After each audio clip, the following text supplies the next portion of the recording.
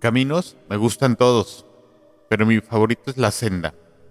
Camino estrecho, en especial, que sea formado por el paso de personas o animales.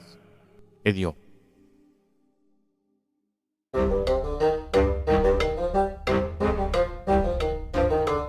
Hola a todos, mi nombre es Miguel. El mío, Pablo. Y somos cazadores en búsqueda de buenas historias y creemos que todos tenemos algo que contar. La vida es una colección interminable de historias que viven a nuestro alrededor. Algunas son ciertas, algunas no. En este espacio buscamos darle voz a cada una de sus historias. Pueden ser de cualquier índole. El único requisito es que estén dispuestos a compartirla. Sin más, sean ustedes bienvenidos a Cazadores de Historias, el podcast.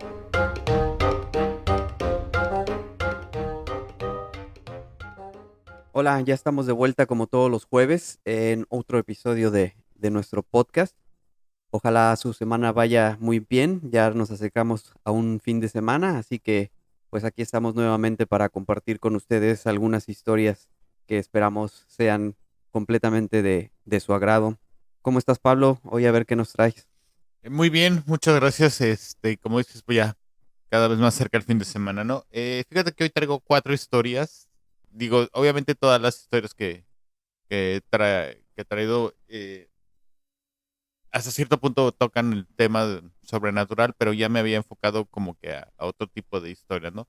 Pero en esto sí, sí son, Vuelves a ser Pablo. sí, completamente sobrenaturales, ¿no? El mismo título del episodio, el de Caminos y Puentes Embrujados, creo que con eso se darán cuenta para dónde vamos, ¿no? El primero, tengo que agradecer a una amiga, Margarita, que fue la que me lo mandó. Se llama El Camino. Con este empezaremos el día de hoy. Viene. La historia que estoy por contarles le sucedió a mi papá cuando yo era una niña y él trabajaba como representante de marca para una empresa de abarrotes. Como cubría muchas rutas de varios estados alrededor, tenía la costumbre de salir de madrugada los domingos para iniciar su ruta. Salió de casa como a la 1 de la mañana y el camino que tomó después de salir de la autopista no tenía señalamientos o luces. Cuenta que estaba completamente oscuro porque estaba rodeado de árboles frondosos. Esa carretera del estado de Michoacán tiene fama de contar con actividad paranormal, avistamientos de fantasmas, luces y ruidos raros, pero mi papá no creía en esos rumores. Dice que venía escuchando la radio, pero llegó un punto en que la señal comenzó a perderse. Por unos segundos dejó de ver el camino, mientras giraba la perilla para encontrar otra estación, pero cuando volvió su vista al camino, vio cómo atravesaba un gato negro que brincó de la nada. Hasta el día de hoy, jura que los ojos del gato eran rojos, rojos como la sangre. Por instinto pisó los frenos y giró el volante, tratando de esquivar al animal perdiendo el control del auto y saliéndose del camino para terminar golpeando una pared que limitaba el perímetro del terreno con una casa al centro. Después de un minuto, en lo que se tranquilizó y se recuperó, se salió del auto para ver los daños. Al parecer, no había sido gran cosa, solo unos rayones al costado y el gato no lo veía por ningún lado. Cuando se dirigía de nuevo para subirse al auto, escuchó lo que parecía el llanto de una pequeña niña, a la distancia. Se abrió el portón de la casa y salió un hombre preguntándole si se encontraba bien. Mi padre le contestó que sí, que todo se encontraba bien. El hombre, que después mi padre supo que era el dueño de la casa, le sonrió de una manera muy tranquila, como si fuera algo muy común encontrarse de madrugada con un accidente en el camino. Mi padre le pidió una disculpa por golpear su pared, pero no le mencionó nada sobre el gato.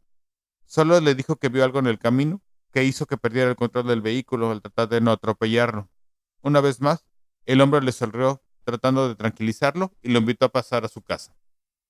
Mi padre le agradeció el gesto, pero se excusó diciéndole que tenía que llegar a primera hora para comenzar sus labores.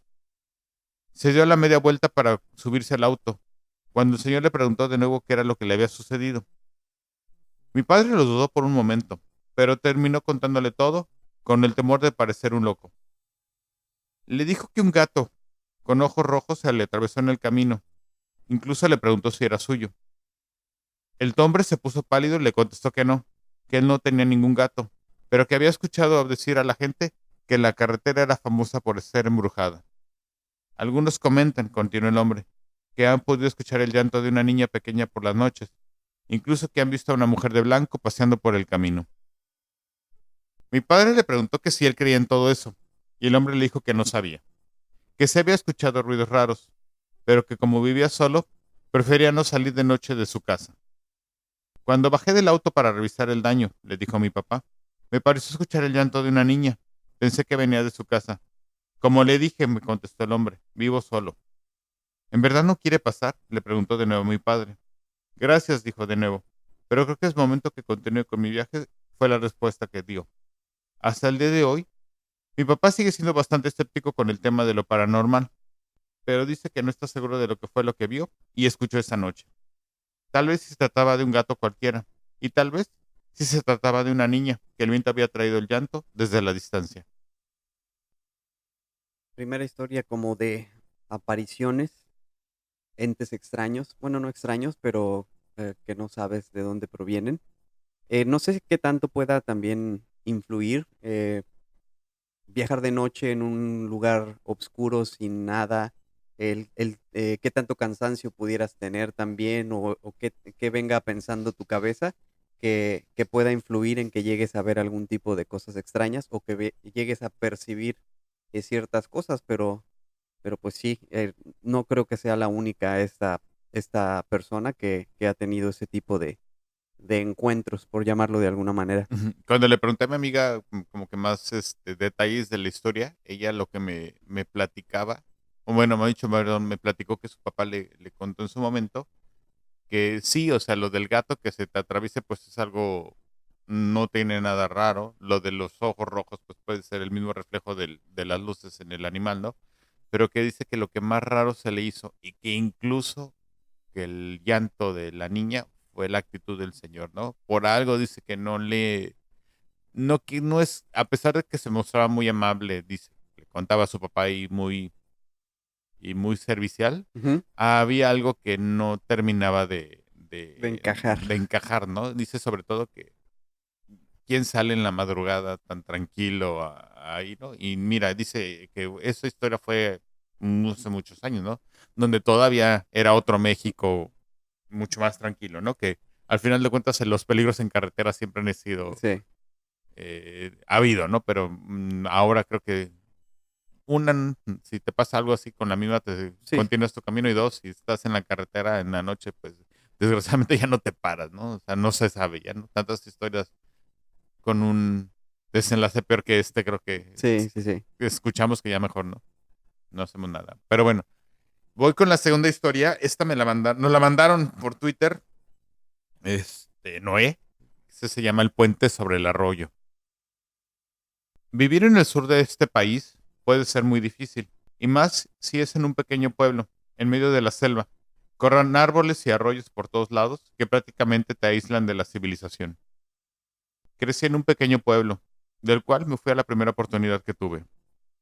Podría describirlo como el típico pueblo de provincia mexicana, una plaza principal, con su pequeña iglesia y unas cuantas calles con casas.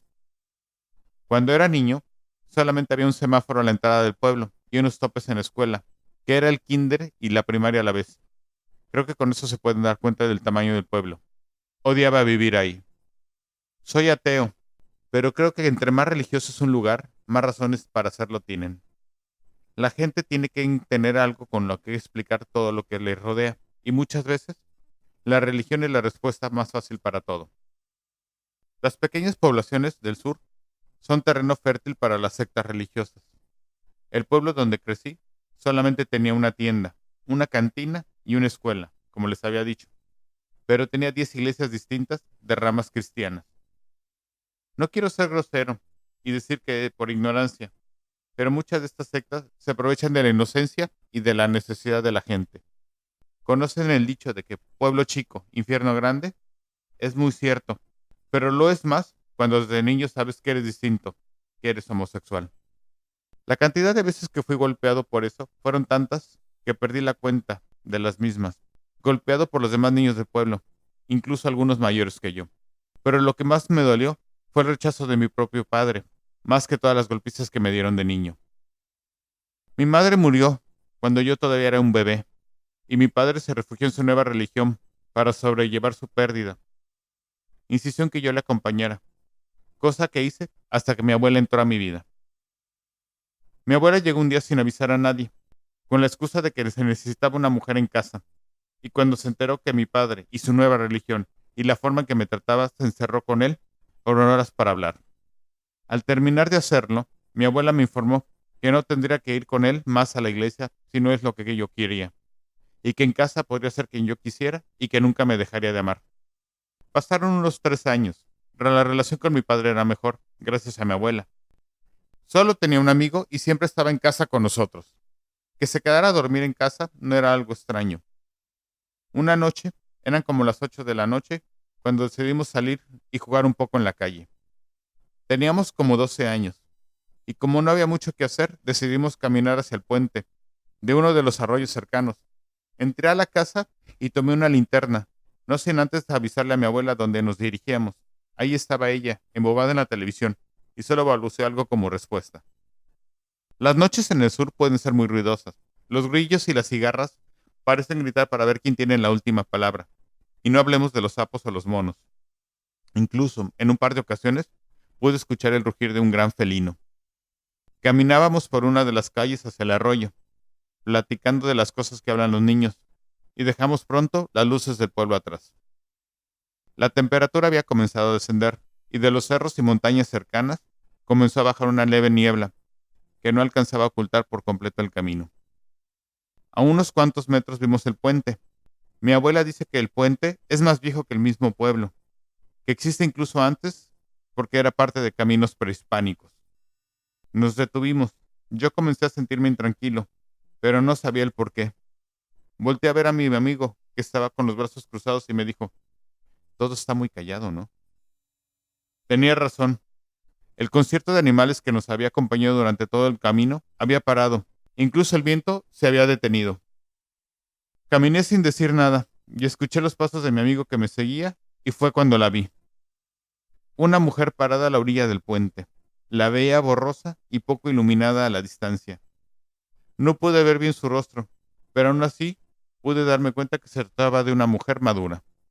¿Ves eso?, le pregunté a un amigo, que se paró a un lado mío mientras yo intentaba encender la linterna. Sí, me respondió con una voz temblosa.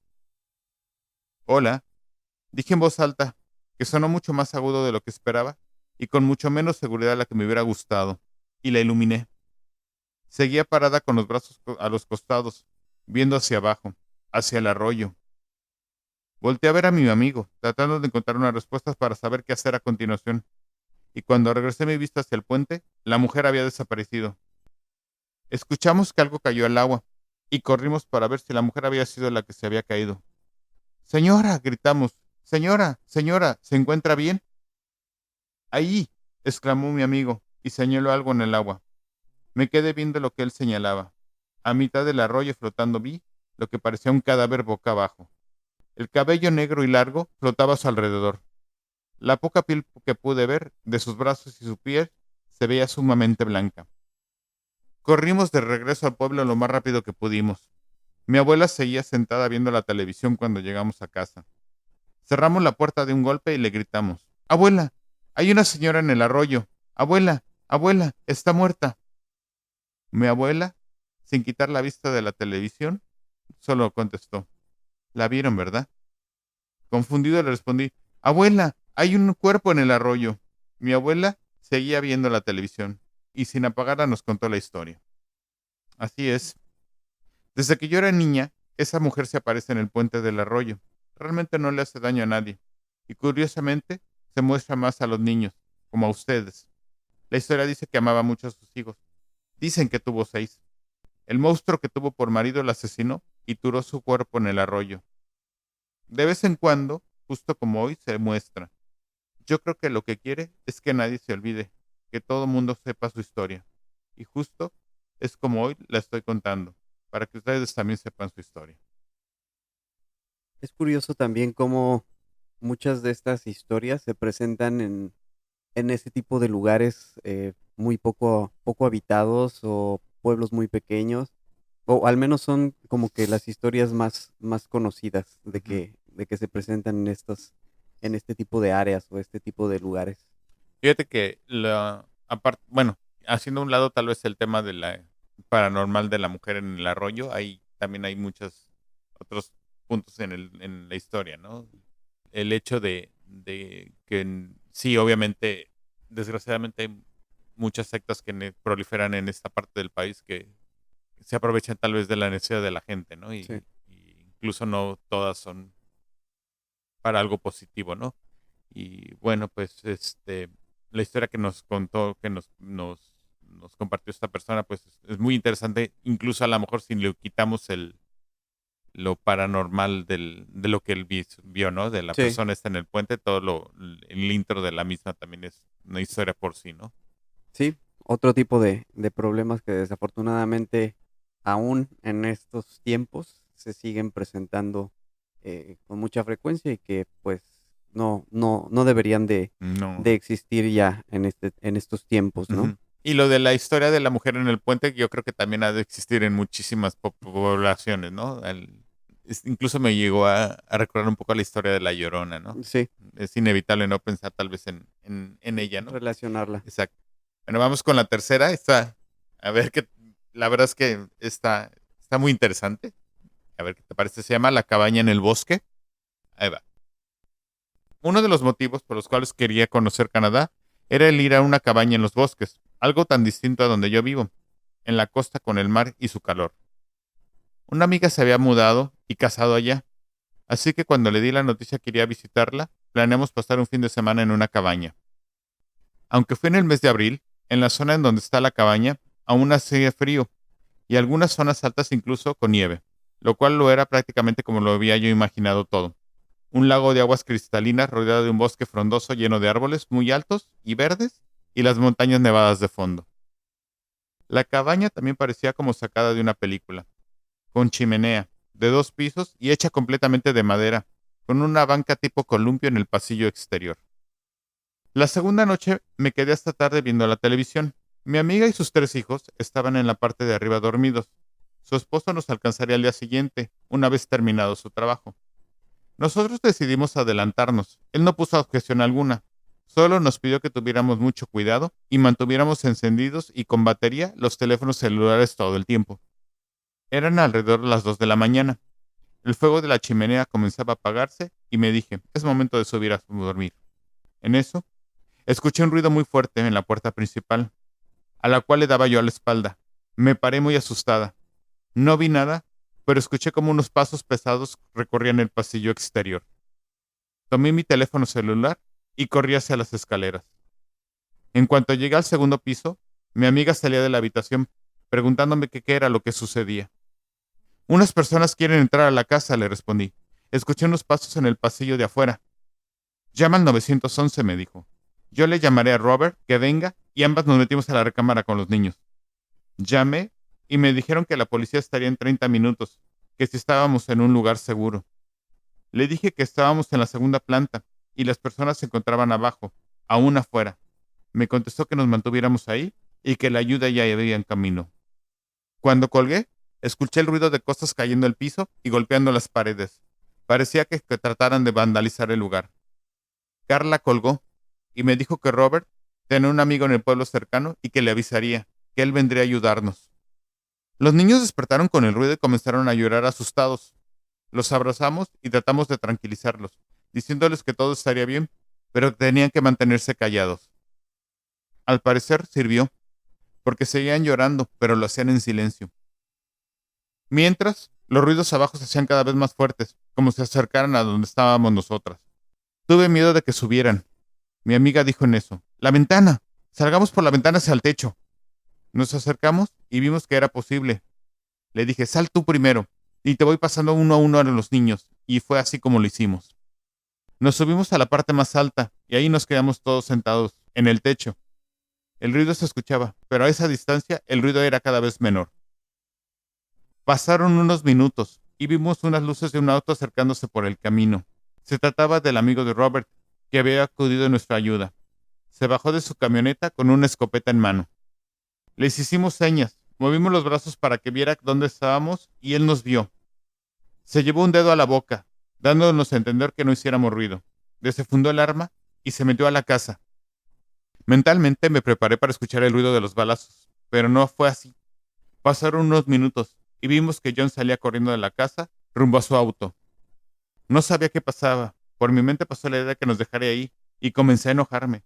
Quise gritarle: ¿cómo puedes dejarnos sola? ¿Para qué habías venido si no nos quieres ayudar? El teléfono de mi amiga sonó. Era John, que le marcaba desde el auto. Sí, contestó, tratando de contener las lágrimas.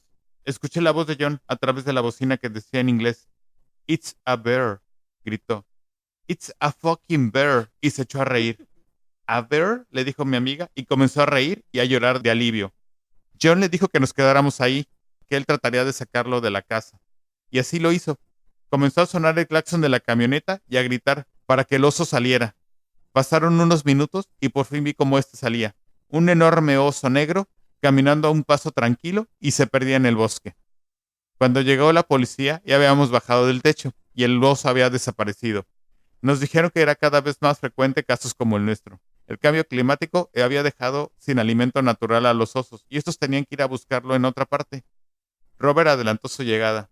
Llegó pasadas unas horas, pero solo fue para que todos nos regresáramos y el resto de las vacaciones las pasé en la comodidad y la seguridad de la casa, lejos del bosque, la cabaña y los osos. Nada de paranormal en esta ocasión, muy chistosa, muy padre. De hecho, me recordó algo que me pasó a mí, que me voy a echar de cabeza aquí un poquito. No quiero platicar mucho porque me da un poco de pena también.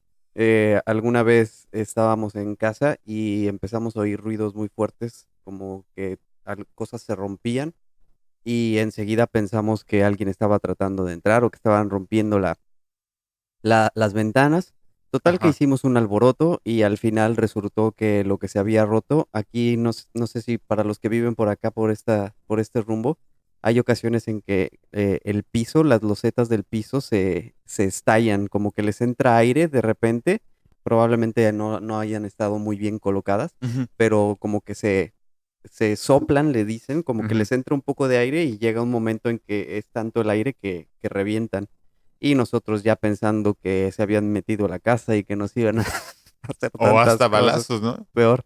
Pero sí, sí, sí, cosas que te imaginas, tu cabeza empieza a imaginarse cosas que, pues que nada que ver al final, Sí, ¿no? no, al final esta historia está muy, digo, es divertido al final cuando te enteras qué fue lo que le sucedió, ¿no? Pero al principio el miedo de gente intentando entrar y en medio de la nada. Yo creo que es tantas películas hemos visto al respecto que obviamente es un miedo, yo creo que más que justificado, ¿no? Sí. Y ya cuando se dan cuenta que es un oso.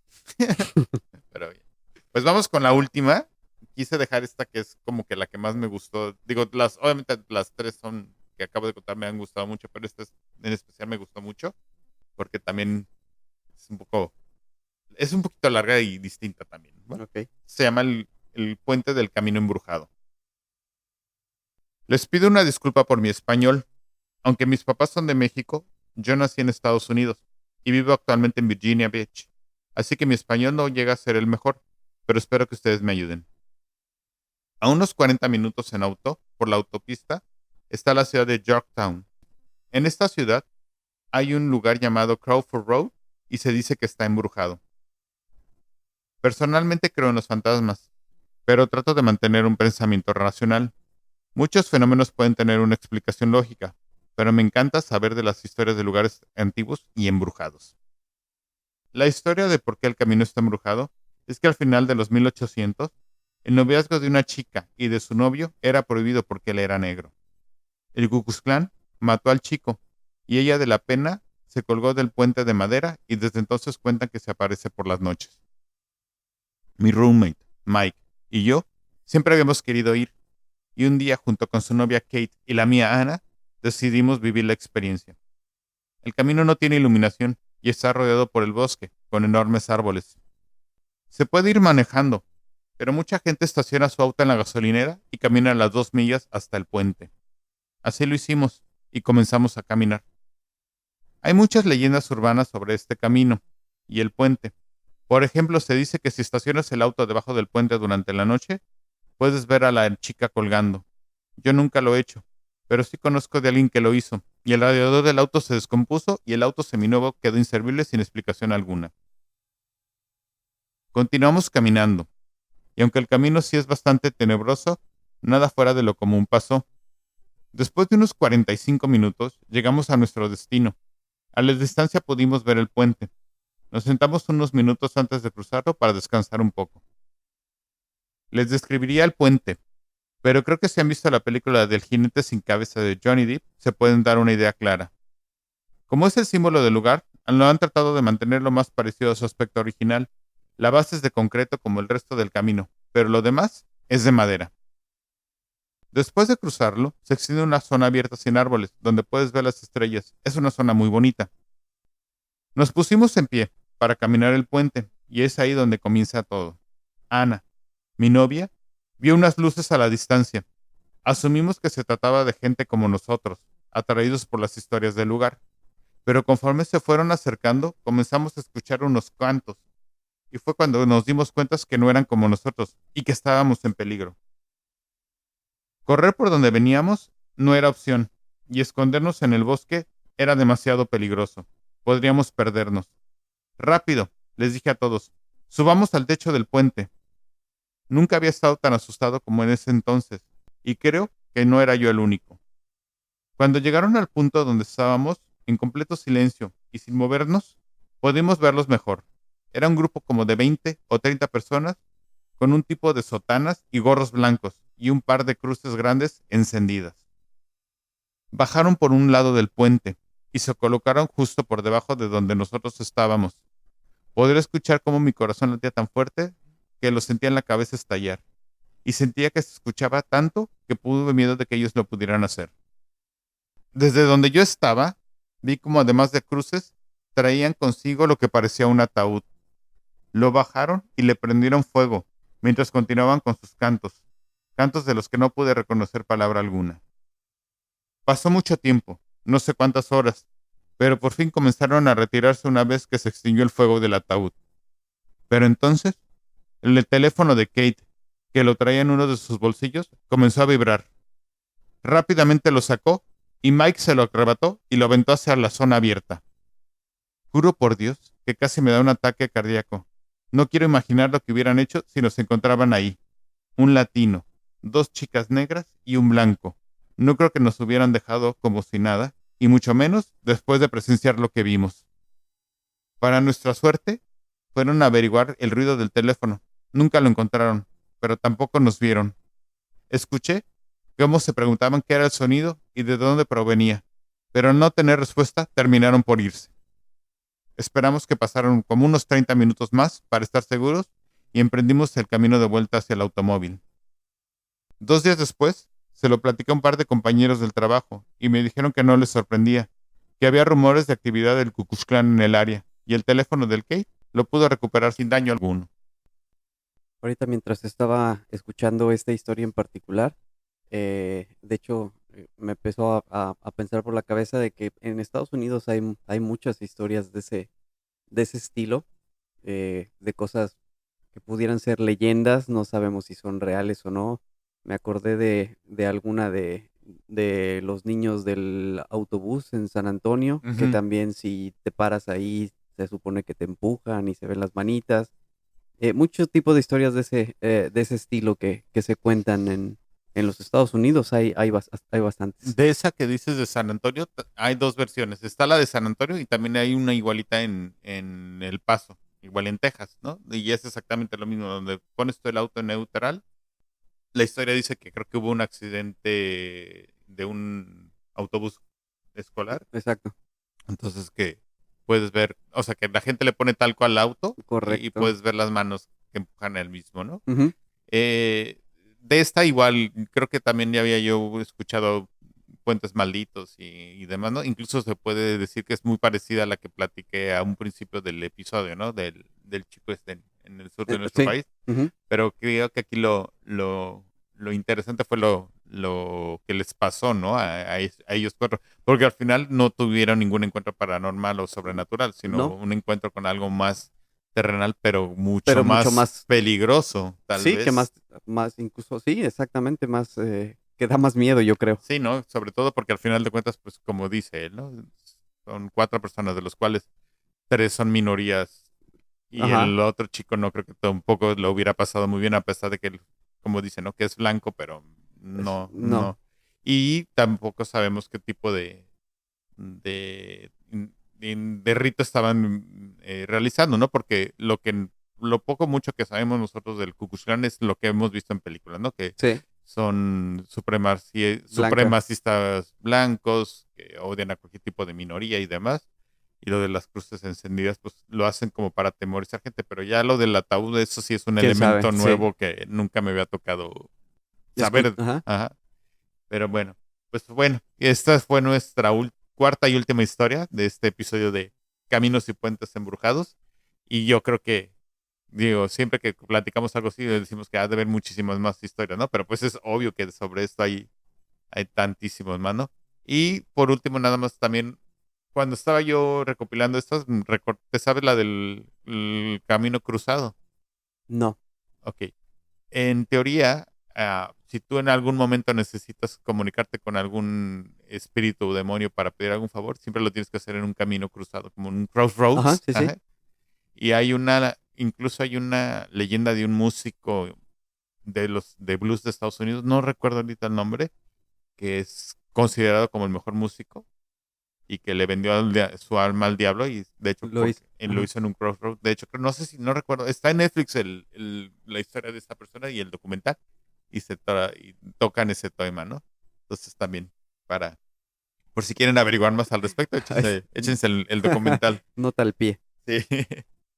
Pues bueno, con esta recomendación que nos hace Pablo, estamos cerrando este nuevo episodio de Cazadores de Historias.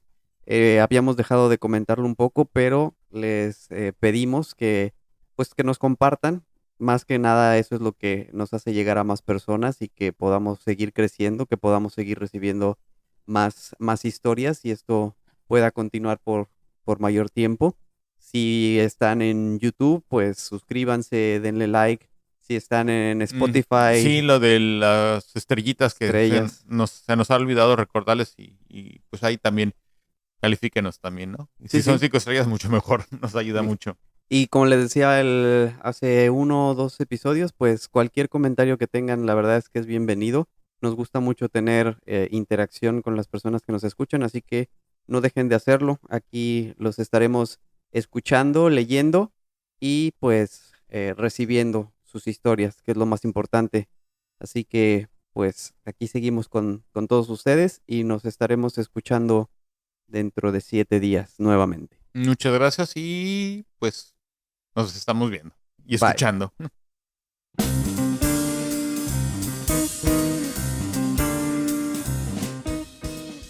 Porque la vida es una colección interminable de historias y todos tenemos una que contar, esto es Cazadores de Historias, el podcast.